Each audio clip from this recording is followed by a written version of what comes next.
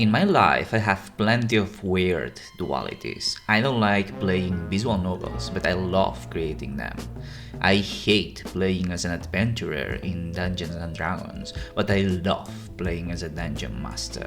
I hate composing music, but I was pretty good as a performer.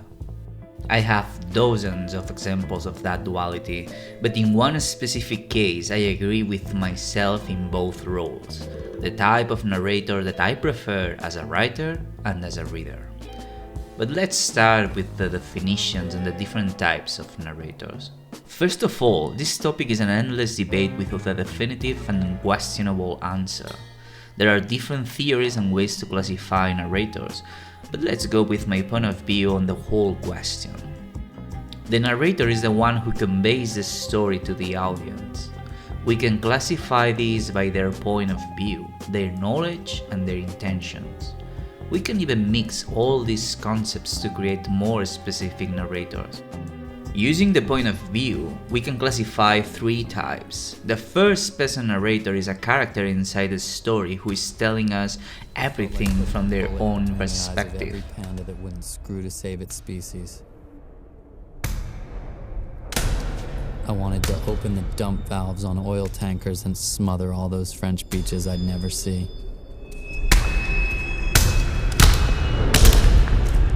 I wanted to breathe smoke. The second person narrator is weird. They address the audience directly, as if the audience is part of the story. Yes, I don't understand this type of narrator either, and it's really uncommon to see them in a novel, but it has its own opportunities in other media, like in video games such as 28 Pixels Later, where you see the point of view of a zombie that tries to kill you.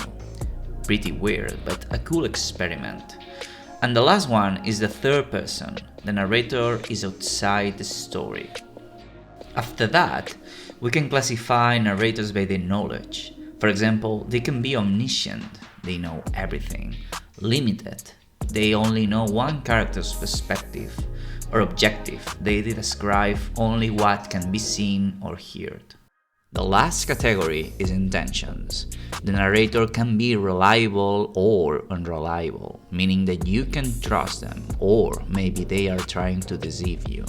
There are a lot of combinations, but my argument revolves around the differences between the first and the third person. My point starts with one of the most essential and important statements about narration. Let me show you an example. Let's suppose that I need to narrate a scene. In the first case, I can say something like this. The man squeezes his fist so hard that his nails mark his skin. He hits the table and holds his breath while opening his unblinking eyes to look at her for 2 seconds that feel like an eternity. After that, he leaves the room, slamming the door so hard that the painting on the wall shakes. Or I can say, and he left the room very angry. Both are the same scene, a man who leaves a room in anger. But in the first case, I showed you the scene, while in the second, I explained it. And that's the rule. Try to show, not to explain. Because when you show things, your narration becomes richer and deeper, more interesting and full of opportunities, while at the same time you respect your audience by assuming that they are intelligent enough to follow the context, instead of throwing everything at them. At this point, maybe you're thinking that this argument is not valid, because both first and third person narrators can show or explain things. And you're right, we can find a lot of examples of these narrators doing both things, and there is no rule that says that you can only show in third person and only tell in first person. However, there is, in my opinion, a tendency. In my experience writing and reading, I find it easier to see a first-person narrator explaining things, because this type of narrator represents a daily experience for all of us. when we explain things to other people. The structure, grammar, and context of a person explaining their situation to a friend are very similar to those of a narrator describing a scene in a novel. Let's go back to the example. If you were talking with your friend about last night's event, you wouldn't describe the scene with nails marking the skin or the unblinking gaze of eternal feeling. You would just say, "I was pretty angry and I left her alone." That's the most natural and common way to narrate things in first person. And maybe because of that, it's more usual to find a first-person narrator explaining things instead of showing them. They talk about their feelings, their thoughts, their intentions. There is no secret, it's just direct, straightforward information for you. But in the end, this is a matter of taste. Maybe you prefer a first-person narrator just because, and there is no problem with that. This is just my opinion, and it is not always a bad decision to use a narrator explaining things. For example, one of my favorite novels of the decade is Project Hail Mary, and in this novel we see the story through the eyes of the protagonist, in a very obvious first-person narrator that explains everything. But in this case, they have a good excuse to use this type of narrator, because the story is about a lone man in space, so it's the perfect scenario to exploit this narrative technique. And this situation is even worse when we talk about three-dimensional media, like movies or video games. When you're writing a novel, your only resource is text, so we can accept some level of explanation. But when we are making a story with images and sound, we have two extra narrative sources, and that makes this problem more obvious when they start narrating and explaining things in the first person. Let's talk, for example, about this scene in Attack on Titan.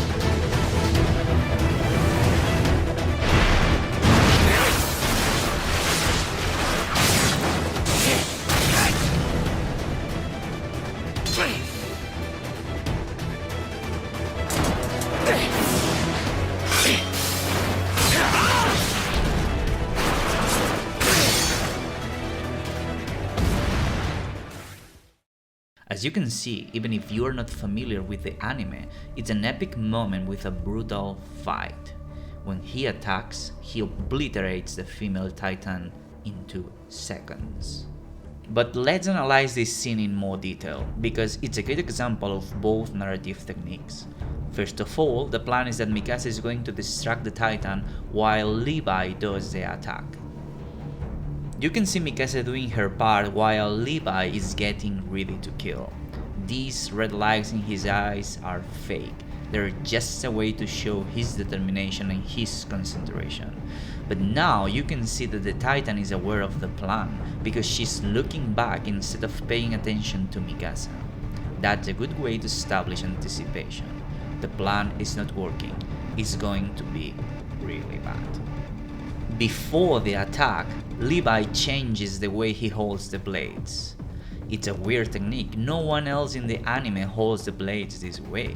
Another anticipation, something is going to happen that you have never seen. And then, cinema.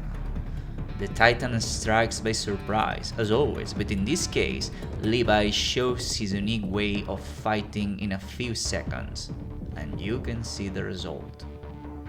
And remember that during this time, you're listening to the music, which is more than enough by itself to set everything up with anticipation.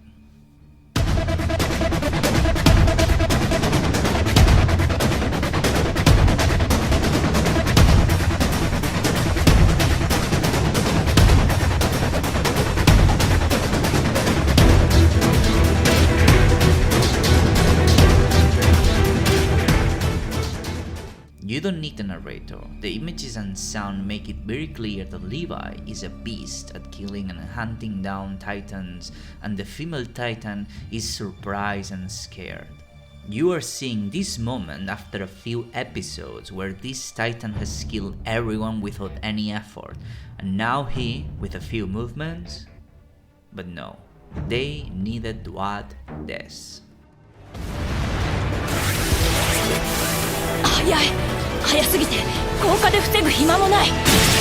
うなじが狙える。疲弊してる。きっと動けない。殺せる。 Mikasa states the obvious. He's fast. She can defend.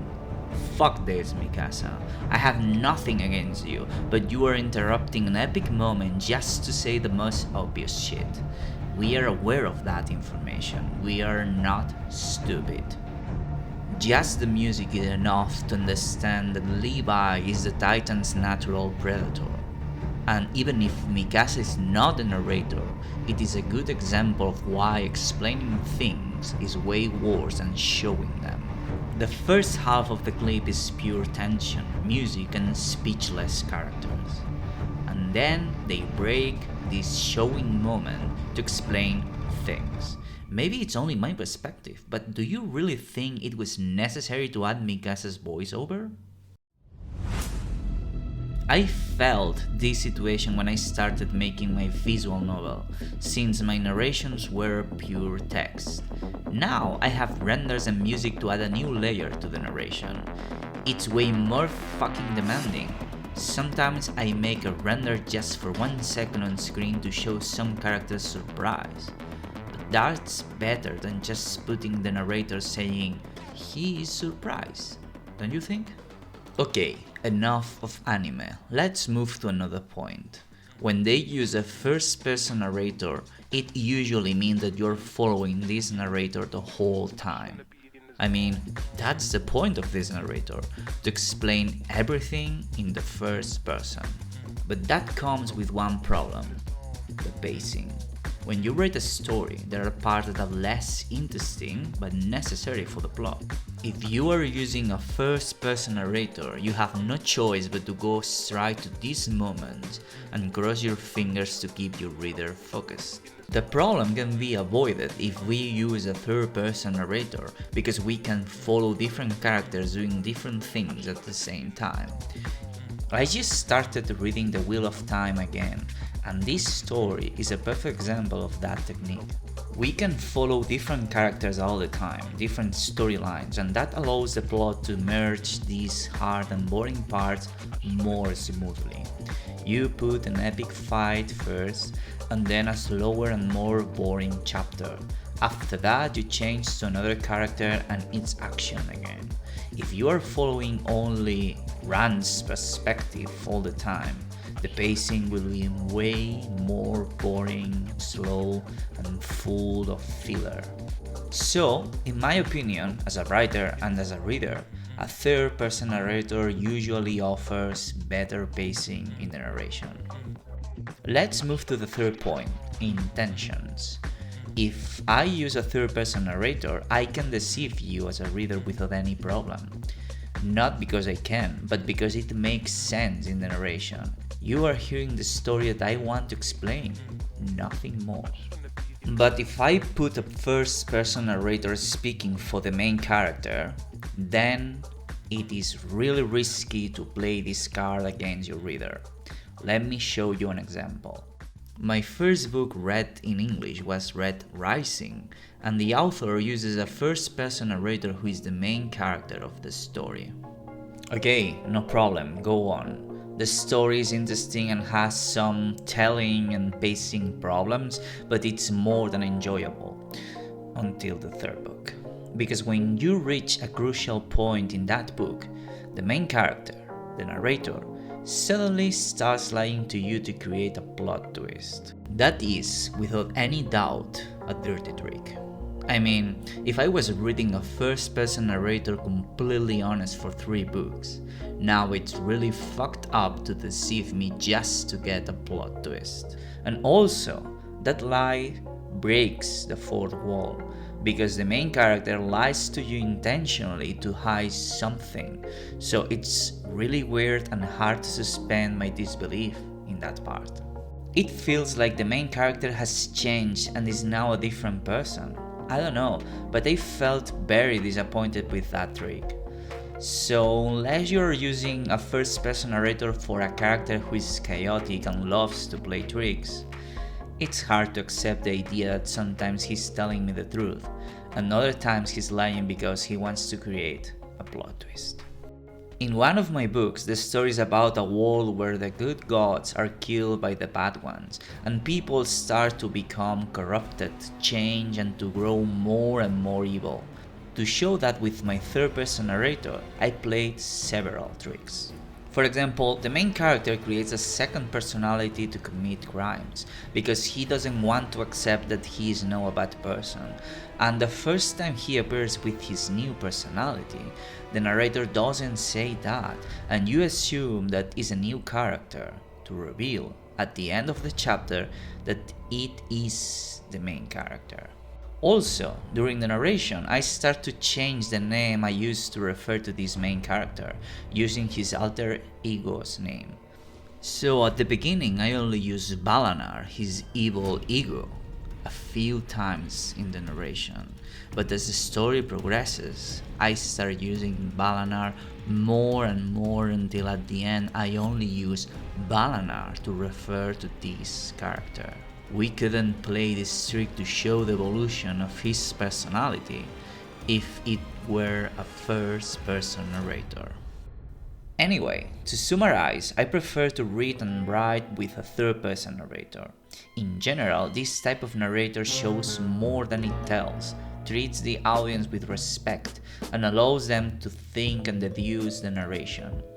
Also, it offers more pacing options for the story through changes of perspective and, in more specific cases, allows you to play interesting tricks. What do you think? Do you prefer a first or a third-person narrator? Let me know in the comments. By the way, I'm making a visual novel and trying to apply all this knowledge. Give it a try with the demo on Steam. I hope you like it, and remember to share and subscribe. Bye bye.